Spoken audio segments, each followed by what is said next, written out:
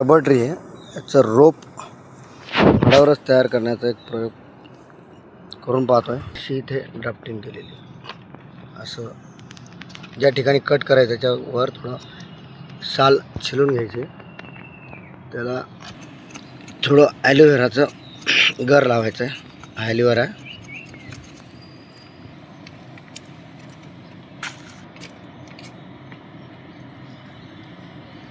Aloe vera लावल्यावर नंतर मग एक कोकोपीट आणि थोडी माती द्रोणमध्ये मिक्स करून घ्यायची.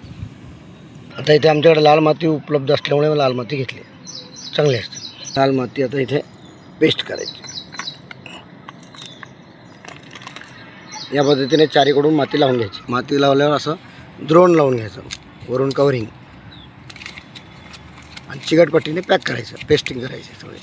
त्याला पाणी लागणार नाही अशी काळजी घ्यायची. ही आता चिकटपट्टी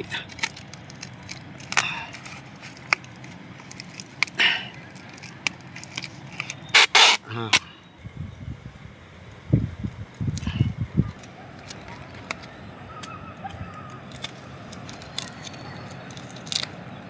त्याची कवरिंग भिजणार नाही यासाठी पेस्टिंग करणं चालू आहे. हे आपली ड्राफ्टिंग रेडी.